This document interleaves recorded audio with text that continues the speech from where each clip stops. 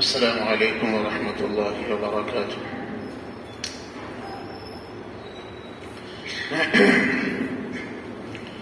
الحمد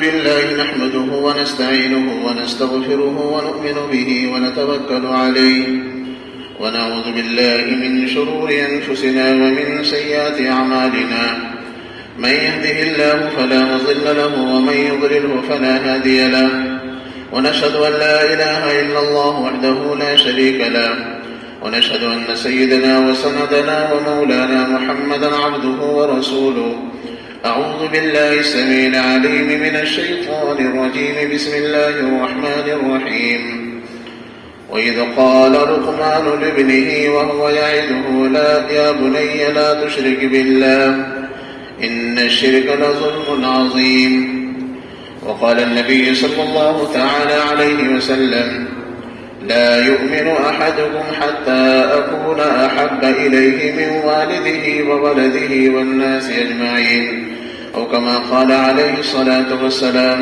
در الشريف له اللهم صل على محمد وعلى آل محمد كما صليت على إبراهيم وعلى آل إبراهيم إنك حميد مجيد اللهم بارك على محمد وعلى آل محمد كما باركت على إبراهيم وعلى آل إبراهيم إنك حميد مجيد۔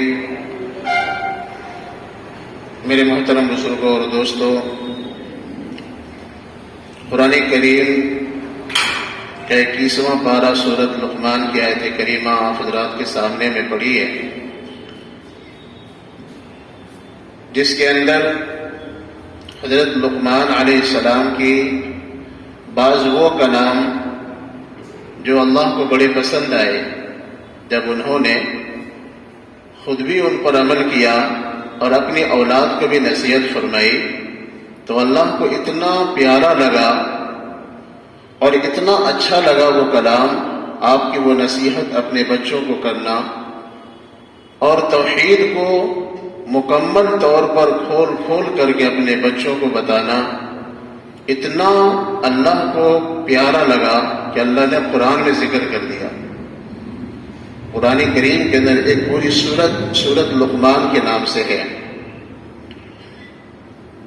حضرت لقمان علیہ السلام کی زندگی حضرت داؤد علیہ السلام سے پہلے کی ہے، اور تفسیروں کا مطالعہ کرنے کے بعد پتہ چلتا ہے کہ جب تک آپ داؤد علیہ السلام دنیا کے اندر نبی بنا کر کے نہیں بھیجے گئے تھے، آپ لقمان علیہ السلام خود فتویٰ دیا کرتے تھے، لوگوں کو صحیح باتیں بتلاتے تھے، توحید کی دعوت دیتے تھے، اور ایسی عقل اور ایسی دانائی کی باتیں کرتے تھے کہ وہ خدا داد صلاحیت جو اللہ نے حضرت لقمان علیہ السلام کو عطا کی تھی، فرمایا کہ وہ کسی کو اللہ تبارک و تعالیٰ عطا فرماتے ہیں۔ اسی لیے کسی نے آپ سے پوچھا کہ آپ کو اتنا بڑا اونچا مقام کیسے ملا کہ لوگ دور دور سے لوگ آتے ہیں اور آپ کے کلام کو سنتے ہیں اور آپ کی باتوں کو لوگ دل و دماغ میں بٹھا کر کے اپنی آخرت بناتے ہیں، اور آپ کی باتوں کو لوگ اتنا زیادہ چاہتے ہیں کہ اپنے بھی، دور کے لوگ بھی، قریب کے لوگ بھی، غیر بھی، وہ آ کر کے آپ کی باتوں کو سنتے ہیں۔ تو آپ نے فرمایا کہ میرا 2 کام ایسا ہے کہ ہم نے اپنے اوپر اس کو لازم کر لیا ہے۔ سب سے پہلے آپ نے فرمایا کہ میں ہمیشہ سچ بولتا ہوں، اور دوسرا کام یہ کہ فضول کاموں سے میں احتراز کرتا ہوں، بچتا ہوں۔ اور ایک جگہ ایک روایت میں ابن کثیر رحمۃ اللہ علیہ کے حوالے سے لکھا ہے کہ آپ نے فرمایا کہ 5 چیزیں ہم نے اپنائی، اور وہ 5 چیزیں ہمیں اللہ نے اپنانے کے بعد اتنا اونچا مقام دیا کہ میں سوچ بھی نہیں سکتا تھا کہ اتنا بڑا مقام اللہ ہمیں دے گا، اور وہ ہماری اور آپ کی زندگی میں 24 گھنٹے پیش آتے رہتے ہیں۔ کوئی ایسا نہیں کہ بہت زیادہ الگ تھلگ زندگی سے وہ کام ہے، نہیں۔ آپ نے فرمایا کہ میں ہمیشہ سچ بولتا ہوں، اور دوسرے نمبر پر لا یعنی کاموں کو میں چھوڑ دیتا ہوں جس کے اندر نہ دین کا فائدہ ہو نہ دنیا کا فائدہ ہو، میں ان کاموں کو نہیں کرتا۔ اور تیسرے نمبر پر آپ نے فرمایا کہ میں وعدہ خلافی نہیں کرتا، جس سے جو وعدہ کرتا ہوں وہ میں پورا کرتا ہوں، چونکہ آپ کو معلوم ہے کہ وعدہ خلاف کرنا، وعدے کو پورا نہ کرنا، یہ منافق کی علامت ہے۔ منافق کیا کرتا ہے کہ جب بولتا ہے تو جھوٹ بولتا ہے، وعدہ کرتا ہے تو وعدہ خلافی کرتا ہے، پورا نہیں کرتا، اور وہ گالی گلوچ، آپس میں لڑائی جھگڑے کی باتیں کرتا ہے، تو یہ منافقوں کی علامت ہے۔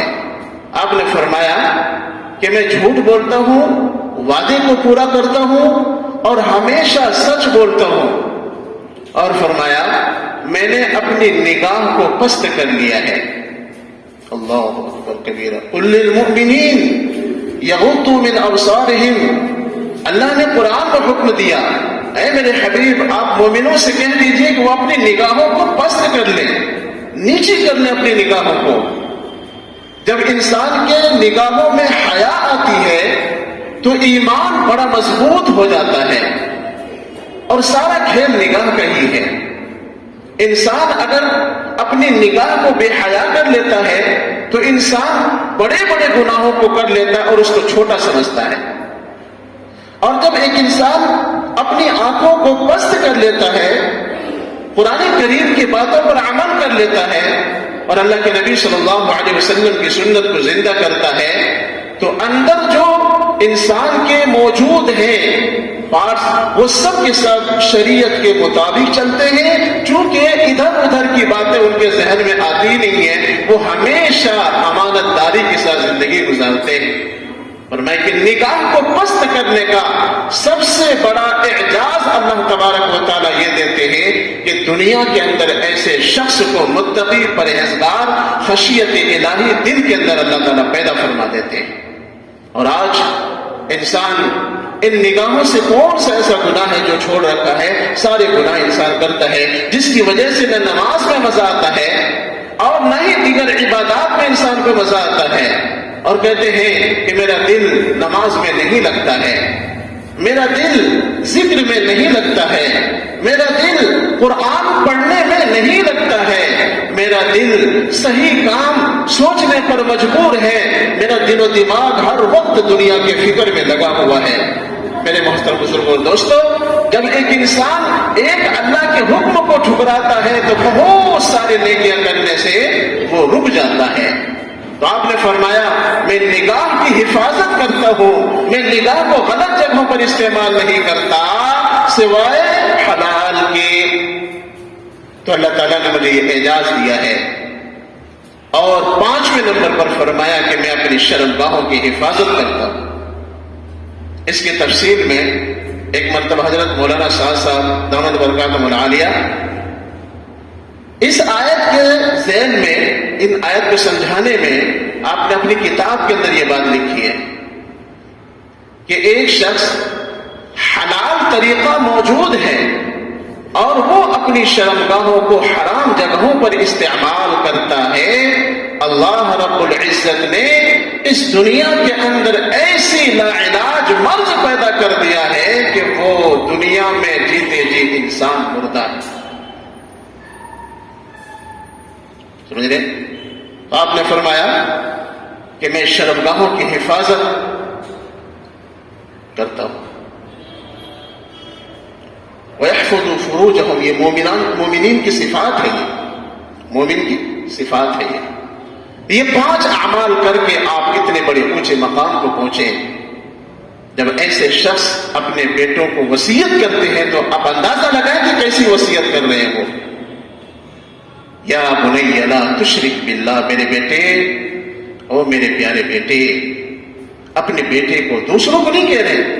وَأَنذِرْ عَشِيرَتَكَ الْأَقْرَبِينَ کے تحت فرمایا کہ سب سے پہلے انسان اپنے جب گھر والوں پر نظر رکھتا ہے تو دوسروں پر نظر اٹھتی نہیں ہے، اور وہ اپنے قریب کے لوگوں کو، اپنے گھر والوں کو وہ دین کی باتیں بتاتے ہیں۔ حضرت لقمان علیہ السلام نے فرمایا کہ بیٹے شرک مت کرنا، بیٹے شرک مت کرنا۔ یا بنی لا تشرک باللہ، کیوں؟ اس لیے کہ شرک کے بارے میں خود قرآن نے کہا ان اللہ لا یغفر ان یشرک بہ ویغفر ما دون ذلک لمن یشاء، کہ شرک اتنا بڑا گناہ ہے میرے بیٹے کہ وہ اللہ معاف نہیں کرے گا، کسی بھی حال میں معاف نہیں کرے گا۔ ان الشرک لظلم عظیم، یہ سب سے بڑا گناہ ہے۔ کھلی ہوئی توحید کی دعوت دے رہے ہیں اور شرک سے آپ منع کر رہے ہیں۔ ہم اور آپ بھی صاحب اولاد ہیں، ہمارے گھروں میں بھی بڑی اولاد بھی ہے، چھوٹی اولاد بھی ہے۔ کیا ہم نے کبھی دنیا سے ہٹ کر کے دینی لائن سے ہم نے کبھی دل میں یہ سوچا کہ میں نے اپنے بیٹے کے لیے مکانات بنا دیے، دنیا کے سارے ساز و سامان کو ہم نے سمیٹ کر کے بیٹے کے حوالے کر دیا، اب بیٹے کی زندگی کدھر جا رہی ہے؟ بیٹے کی زندگی صبح و شام ان کے جو اوقات گزر رہے ہیں، آیا وہ دین کے مطابق گزر رہے ہیں یا یہ کہ یوں ہی آوارہ گردی میں گزر رہی ہے، یا یہ کہ ایسے اوباشوں کے ساتھ گزر رہے ہیں جو ان کی آخرت کو خراب کرنے والے؟ کبھی ہم نے اور آپ نے سوچا؟ قرآن کریم کی سورۃ لقمان پڑھیں، پڑھنے کے بعد آپ کو اندازہ ہوگا کہ آپ نے کتنی پیار اور کتنے لاڈ اور کتنے دلار سے اپنے بیٹوں کو آپ نے فرمایا یا بنی لا تشرک باللہ ان الشرک لظلم عظیم۔ آپ نے فرمایا کہ میرے بیٹے ایک تو شرک مت کرنا چونکہ یہ بڑا گناہ ہے، اور فرمایا کرنا کیا ہے تمہیں؟ یا بنی اقم الصلاۃ، اللہ بیٹے اللہ کے لیے عبادت کرنا، نماز پڑھنا، وَأْمُرْ بِالْمَعْرُوفِ نیکیوں کا حکم کرنا، وَنْهَ عَنِ الْمُنْكَرِ منکرات سے بچ جانا۔ یہ ہمت والوں کے کاموں میں سے ہے، یہ بے ہمت لوگوں کا کام ہے۔ ہم لوگ اپنے اوپر لازم کریں کہ جب ہم سب نماز کے لیے 5 وقت آتے ہیں تو ہم سب روزانہ جس طریقے سے اپنے بچوں کی دنیا کی فکر، دکان پہ گئے یا نہیں گئے، اپنے جاب کے لیے گئے یا نہیں گئے، گھر میں بیٹیاں ہیں مائیں فکر کریں کہ ہماری بیٹیاں کیا کر رہی ہیں، انہوں نے اللہ کے حکم کو پورا کیا یا نہیں کیا۔ میرے محترم بزرگوں، دوستو، اس نیت سے کہ قرآن کا حکم ہے اپنے بچوں کی صحیح تربیت کرنا، جہاں دنیا کے کاموں کے لیے ماں باپ پریشان رہتے ہیں۔ میرے محترم بزرگوں دوستو، انبیاء علیہ السلام اپنی امت کی آخرت کے لیے وہ پریشان رہا کرتے تھے۔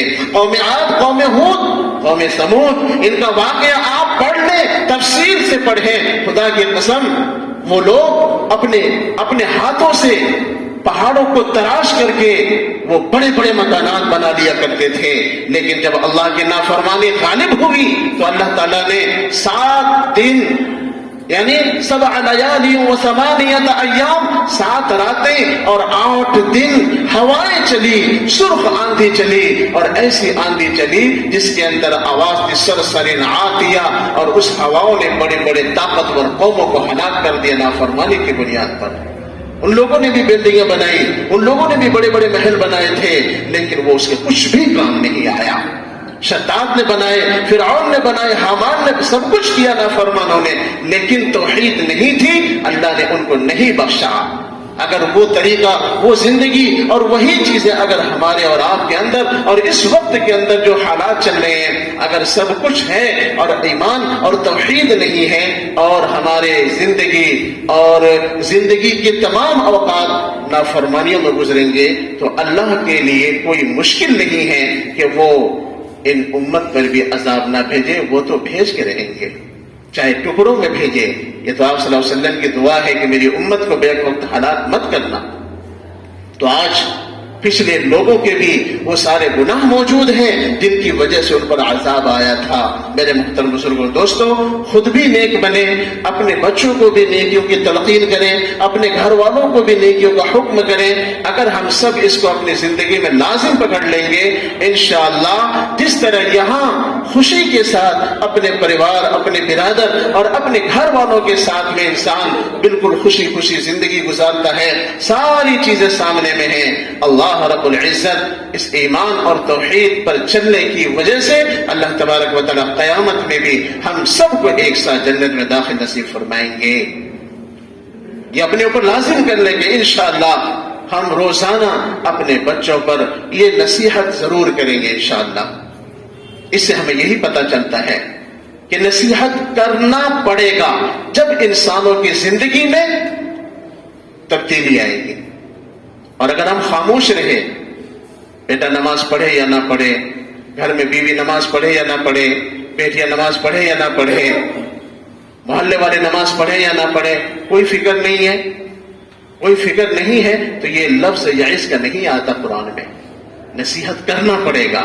وَذَكِّرْ فَإِنَّ الذِّكْرَ تَنفَعُ الْمُؤْمِنِينَ، انسانوں کو نصیحت مومنین کو خاص طور پر فائدہ دیتی۔ کہنے سننے سے انسان کی زندگی میں تبدیلی آ جاتی ہے۔ نہ جانے کون سا لفظ اور کون سی بات اور کون سی نصیحت کس وقت میں اللہ قبول کر لے اور لوگوں کی زندگی بدل دے، کچھ نہیں کہا جا سکتا ہے۔ اس لیے میرے بھائی بزرگ دوستو، چپ رہنے سے بہتر ہے کہ اچھی باتیں زبان سے نکالے۔ کریں گے انشاءاللہ اس پر عمل۔ اللہ رب العزت ہم سب کے بچوں کے بھی، ہم سب کے بھی اللہ تعالیٰ دونوں جہاں میں کامیابی نصیب فرمائے۔ اور خاص طور پر یہ اب سردی کا مہینہ، سردی کا زمانہ شروع ہو گیا ہے، ان دنوں میں راتیں بہت لمبی ہوتی ہیں، تو راتوں میں عبادت کا خاص طور پر تہجد کا اہتمام کریں، نمازوں کا اہتمام کریں، اپنے وقت کو مسجد کے لیے نکالیں، سمجھ رہے، قرآن کے لیے نکالیں، اس کا بڑا فائدہ ہوگا، سمجھ رہے۔ ہاں دنیا تو جو مقدر وہ تو مل کے رہے گی، لیکن آخرت کے لیے جب کچھ کریں گے نہیں، کچھ نہیں ملے گا۔ وما علینا الا البلاغ۔